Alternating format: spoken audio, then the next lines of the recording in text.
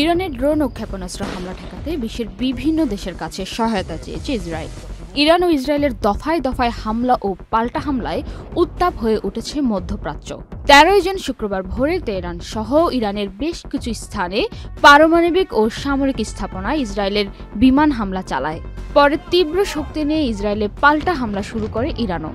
এমন অবস্থায় ইরানের হামলা ঠেকাতে বিশ্বের বিভিন্ন দেশের কাছে সহায়তা চেয়েছে ইসরায়েল। সোমবার 16 জুন সংবাদ মাধ্যম টিআরটি ওয়ার্ল্ড এ তথ্য জানায়।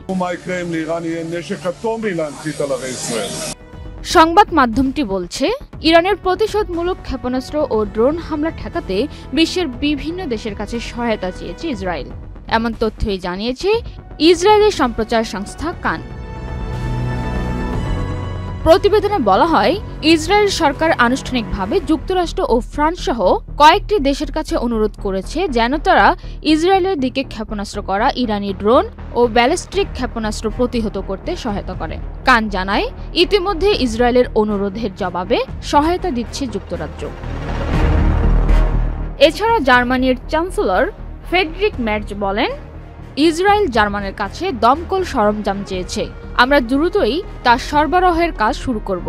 তিনি হুঁশিয়ারি দিয়ে বলেন, এই যুদ্ধ যাতে আরও বেশি বিস্তৃত না হয় তা নিশ্চিত করতে হবে এবং ইরান যেন ইসরায়েলি নাগরিকদের উপর হামলা বন্ধ করে।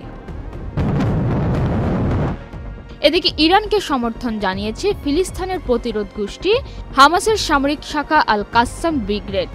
তারা জানায়, ইরান ফিলিস্তিনিদের পক্ষে যে অবস্থান নিয়েছে তার জন্য তারা কৃতিত্ব।